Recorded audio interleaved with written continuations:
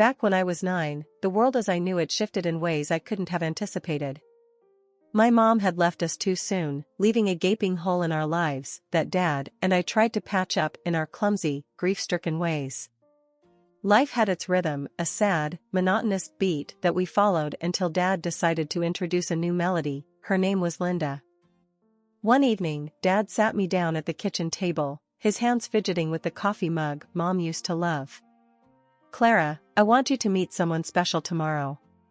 Her name's Linda, and she's a friend of mine," he said, avoiding my eyes. "Why, Dad? Who is she?"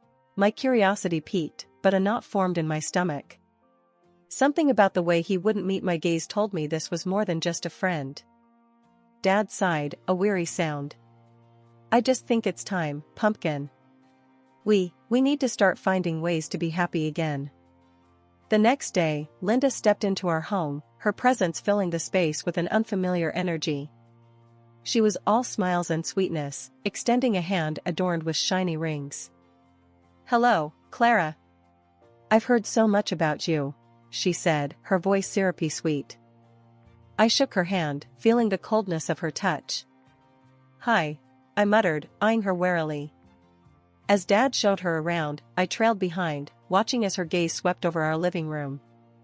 When her eyes landed on the family photos, particularly the ones of Mom, her smile faltered, replaced by a fleeting look of disdain.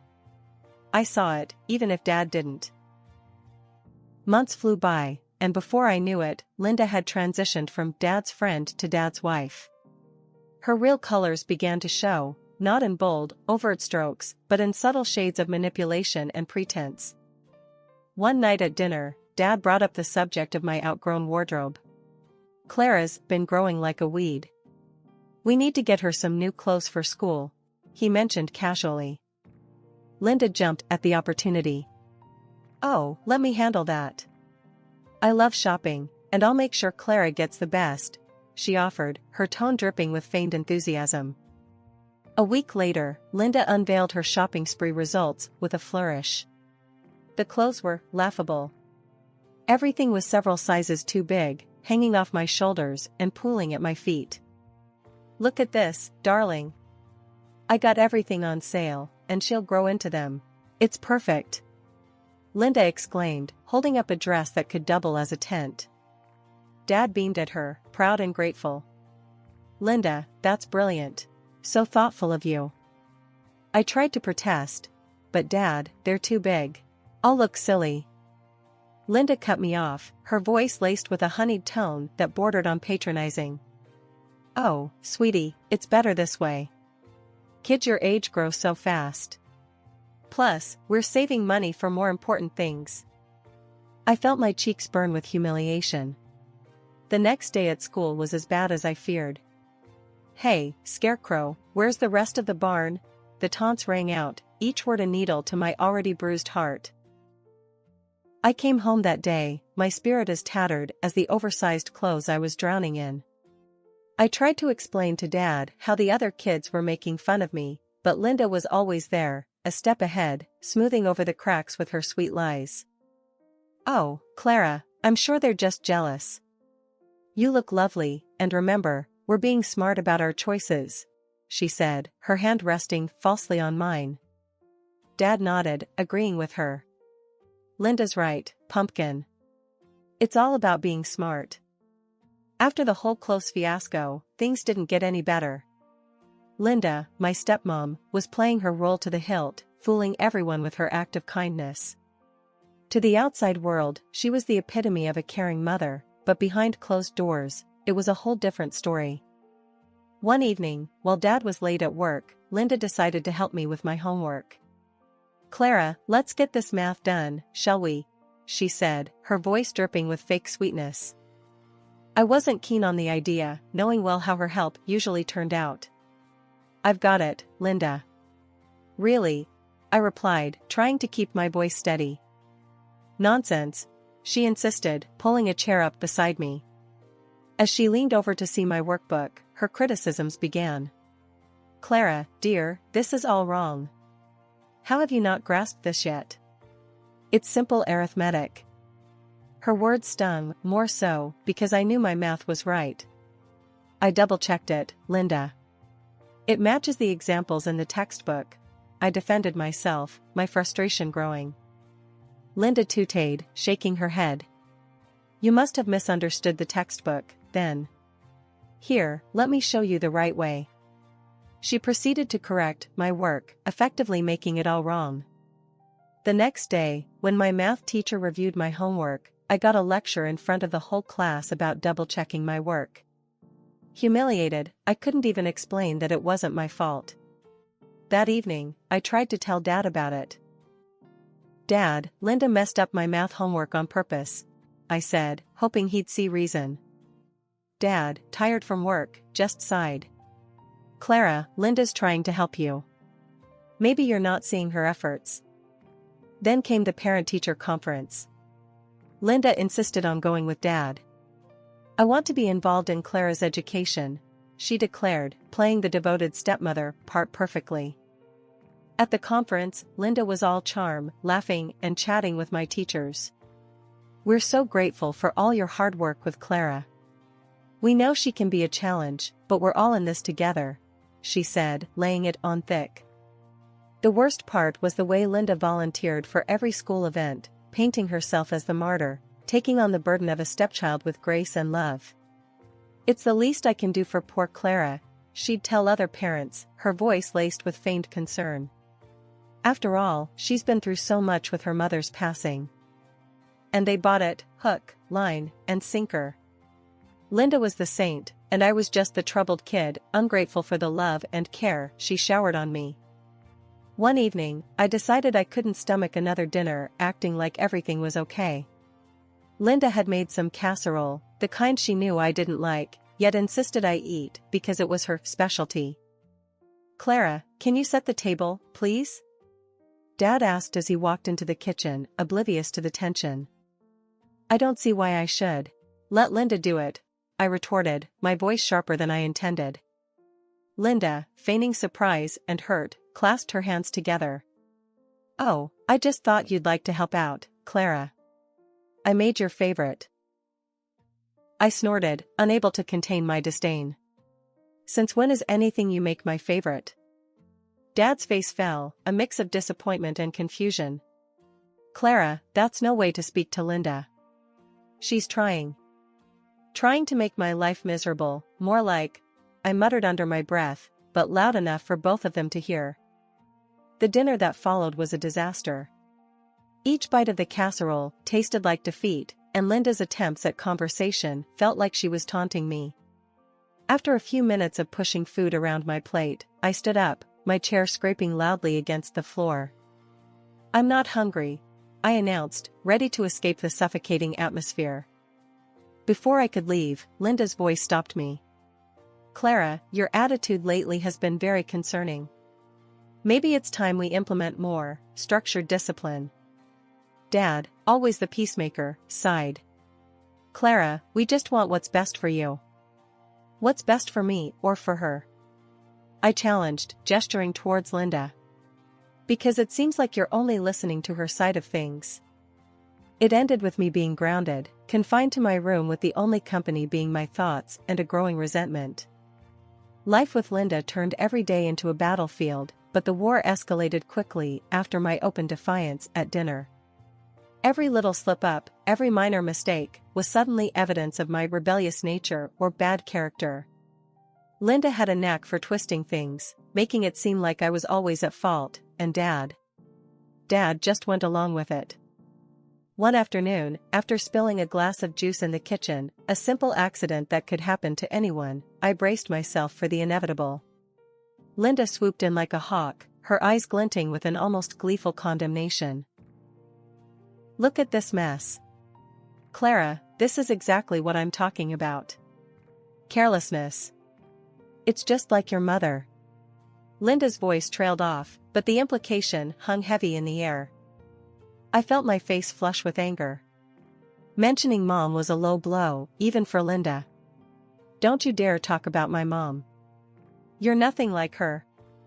Dad, hearing the commotion, rushed in, his expression weary. What's all this? Clara, apologize to Linda. It was just an accident. I will not. I shot back, my voice rising. She's always blaming me, saying I'm careless, saying I'm bad, just like Mom was. But she's wrong. Dad's face hardened, a rare sight. Clara, that's enough. Linda's only trying to help. She cares about you. Cares about me? The thought was laughable. I turned to Dad, my voice cracking with emotion. How can you say that? She's always on my case, pretending to be the perfect wife and stepmom in front of you. But she's not. And you never listen to me. Later, when the house was quiet, and I had time to think, I realized the toll it was taking on me. My confidence, my sense of self, it was all eroding under Linda's relentless criticism. It wasn't just about fighting back anymore, it was about preserving who I was, who my mom had hoped I'd be. Life at home had settled into a tense routine. I was getting better at dodging Linda's barbs, keeping my head down to avoid confrontation. Then, one ordinary, unremarkable Tuesday, everything changed. Dad didn't come down for breakfast, which was odd. He was always up before everyone, a habit from years of early morning starts at his job. I decided to check on him, thinking maybe he needed a sick day, something he never took. The moment I opened the door to their room, I knew. It was too quiet, the kind of silence that presses down on you, heavy with dread. Dad? My voice was barely a whisper, my feet rooted to the spot. He was there, lying so still, too still. Panic gripped me as I rushed to his side, my hands shaking as I reached out to him. Dad, please, I begged, the reality of the situation crashing down on me. Linda came in after, her scream piercing the thick veil of disbelief that had settled over me. The next few hours were a blur, ambulances, hushed voices, sympathetic looks.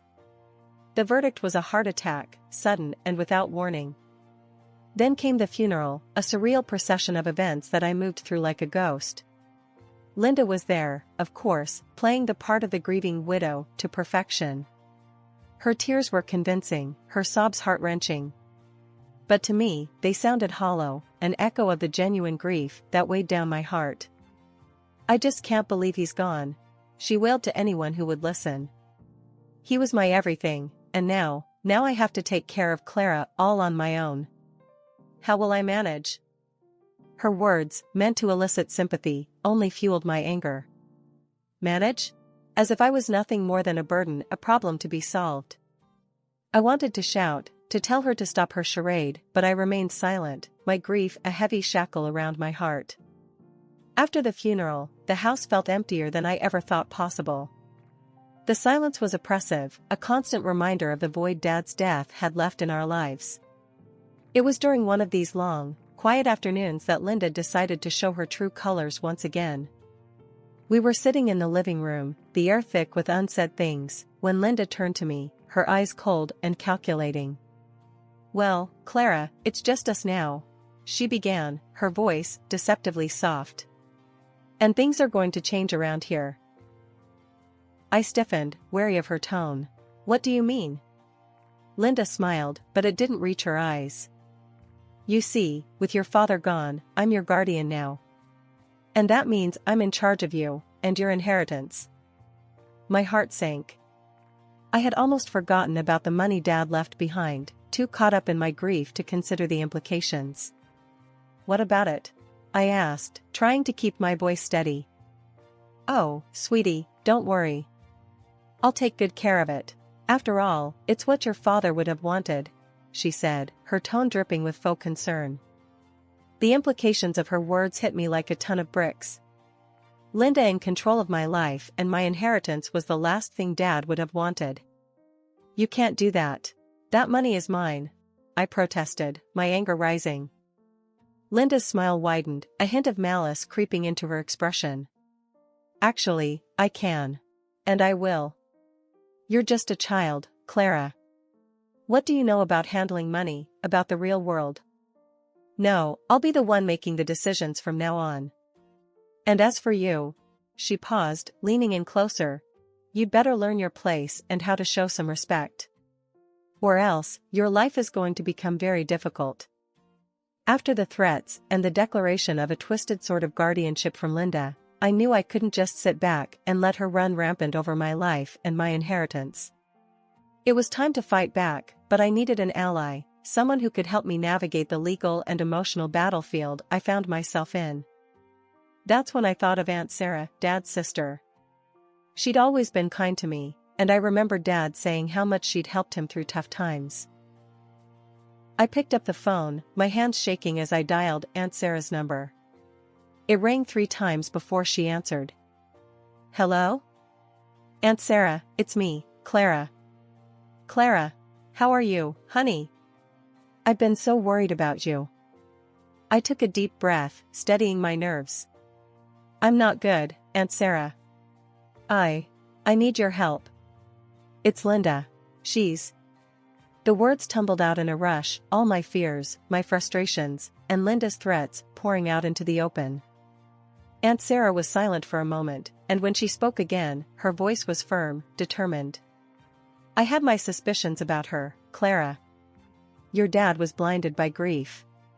Tell me everything, and we'll figure out a plan.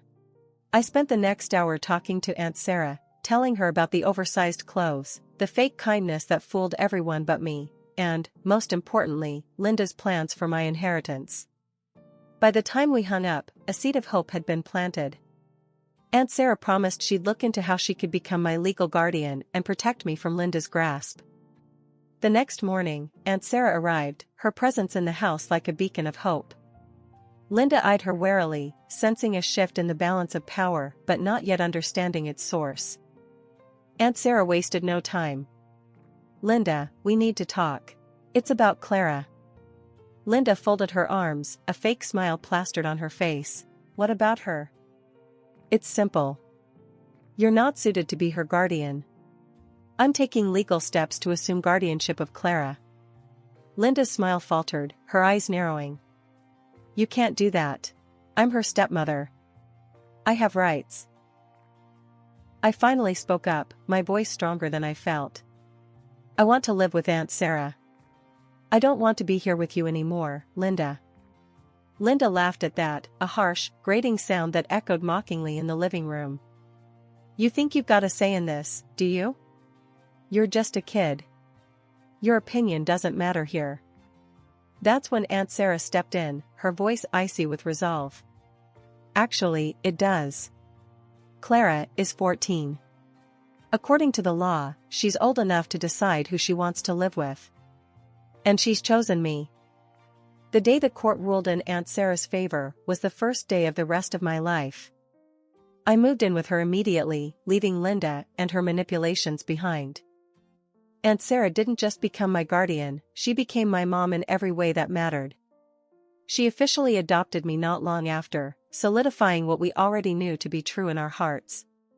One evening, Aunt Sarah and I were sitting on the porch, watching the sunset paint the sky in shades of orange and pink. We'd been talking about school, about my future, when she turned to me, her expression thoughtful. Clara, you know you've got a whole world of possibilities ahead of you, right? She said, taking a sip of her tea. I shrugged, the weight of the past few years making it hard to see too far into the future. I guess. I just don't know where to start. Aunt Sarah set her tea down, turning to face me fully. Start with what you love. Remember, you've got your whole life to figure it out, but now's the time to explore, to try new things. Her words stirred something in me, a spark of ambition that Linda had almost smothered. I've always liked numbers, you know? Math, puzzles, that sort of thing, I admitted, feeling a bit shy about revealing my dream. Aunt Sarah's face lit up. That's fantastic, Clara. You know, there's a lot you can do with that. Accounting, engineering, economics, the sky's the limit. Economics, I repeated, the word feeling right. I like the sound of that. From that moment, Aunt Sarah was my biggest cheerleader. She helped me enroll in courses that would prepare me for a college degree in economics, supporting my dream with a zeal that was both encouraging and a bit overwhelming at times. The day I got accepted into college with a scholarship in economics, Aunt Sarah threw a little party, just the two of us, complete with a homemade banner and a cake that leaned slightly to the left. "Look at you, future economist in the making," she exclaimed, her eyes misty with proud tears. I laughed, hugging her tight. "I couldn't have done it without you, Aunt Sarah. You saved me, in more ways than one." She hugged me back, just as tightly. "We saved each other, kiddo. Remember that. We're a team." And she was right. Together, we'd turned a new page, stepping into a future that was bright with promise. Life with Aunt Sarah wasn't just a new dawn, it was my true beginning. Years had rolled by since the days of living under the same roof with Linda. I had built a life for myself, working as an economist at a reputable company, and had recently taken the plunge and bought a small apartment on a mortgage. It was my sanctuary, a cozy nook in the hustle of the city that I proudly called mine. Life was good, uncomplicated, and mine to enjoy. That was until the day the past decided to make an unexpected comeback. The call came on an ordinary Thursday afternoon. I was at my desk, buried in reports and forecasts, when my phone buzzed with a number I didn't recognize. "Is this Clara Harrison?" The voice on the other end was formal, almost sterile. "Yes, speaking. Who's this?" "I'm calling from City General Hospital. Your mother is in our hospital. She's asking for your help." A jolt of confusion hit me. "I think there's been a mistake. My mother passed away years ago."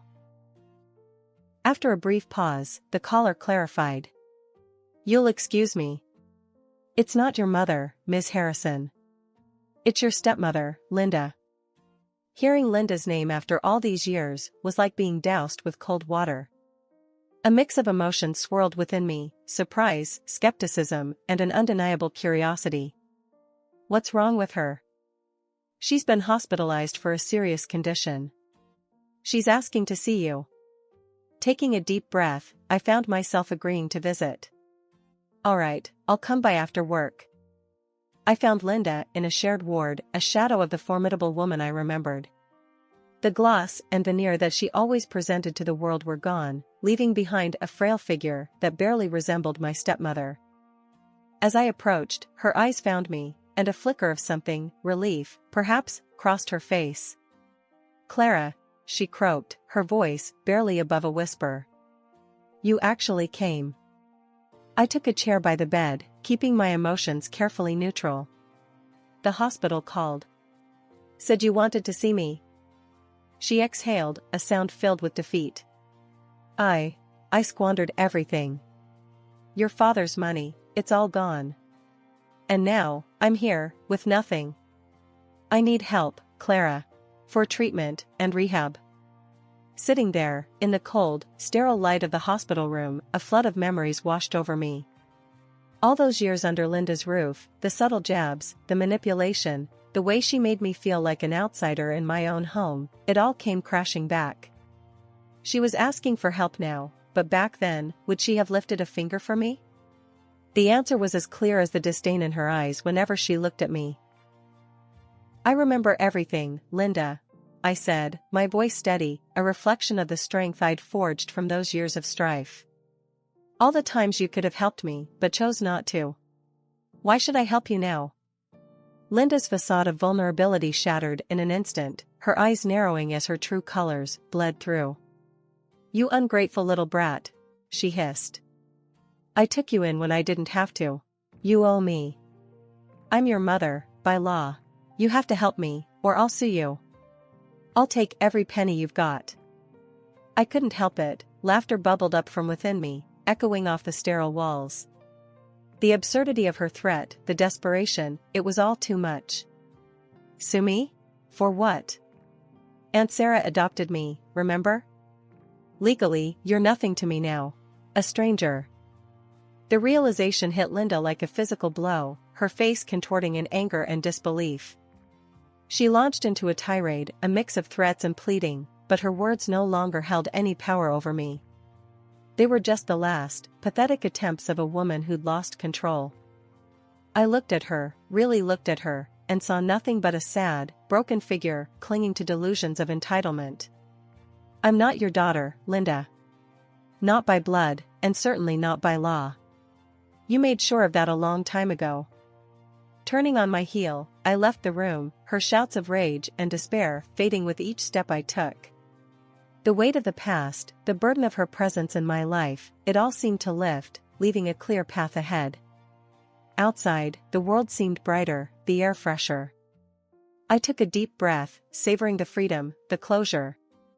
Linda was my past, a chapter finally closed, and I was the author of my future, writing my story one step at a time on